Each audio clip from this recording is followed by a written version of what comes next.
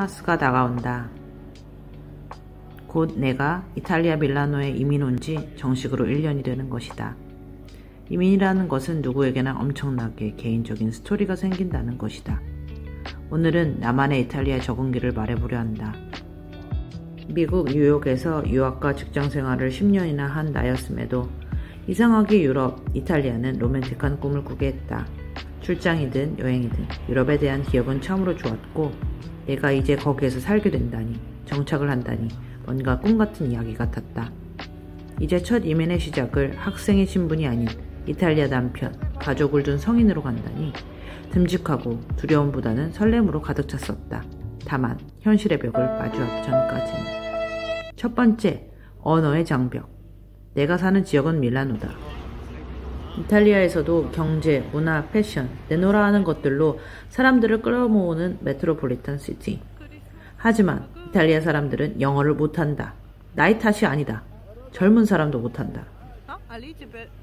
쇼핑 혹은 현재는 직장을 갖고 있어서 일로 이탈리아 사람들을 많이 만나는데 정말 영어를 이 정도면 그냥 안 한다고 봐야 한다.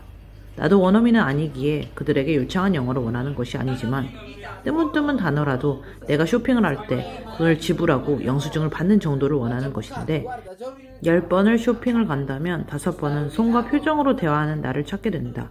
내가 돈을 지불하고 얼굴을 보고 사람을 마주하면 그래도 괜찮다.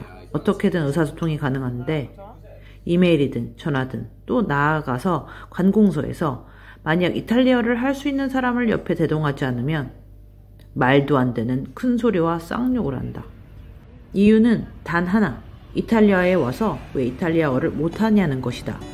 이 부분은 곱게 또 10분 상대방을 이해하자는 동방예의지국 출신답게 역지사지의 마음을 가지려고 노력해봐도 막상 닥치면 충격이 아닐 수 없다. 덕분에 나는 이탈리아 초급인데도 욕부터 배우고 이탈리아어로는 항의는 못하지만 영어로 더 빠르게 말해서 나름 상대의 기를 죽이곤 한다. 그래서 미안하지만 이런 무례한 사람들을 만나면 일부러라도 그들이 원할지도 모르는 벌벌 떠는 아시안 여자가 되지 않으려고 한다.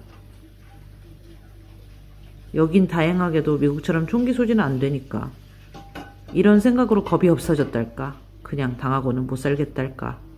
웃기는 건 덕분에 엄청나게 이탈리아에 대한 동기부여가 되고 있다. 일주일에 4일을 퇴근 후에 이탈리아 수업을 듣고 있다. 덕분에 사람들이 많이 모르는 효율적인 수업들도 많이 알게 되었고 나름 이제 귀가 뚫리는 과정인 것 같다. 두 번째, 느림과 나이브함. 참 이건 역설과도 같다.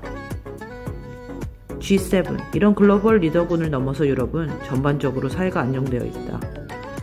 사회 안정이라는 것 중에 내가 체감하는 것은 사회 성숙도, 복지, 사회 안정망, 또 이 일을 누구하고나 토론할 수 있는 분위기. 처음은 영어가 가능한 이탈리아 사람들과 주로 대화를 하지만 누구나 쉽게 정치, 경제, 문화에 대한 해박한 지식을 가지고 있다. 이탈리아는 중학교 때부터 국어로 모두 단테를 배우고 토론하는 나라다. 그리고 기본적으로 나라를 씹는 내가 보기엔 참된 애국심을 가지고 있다.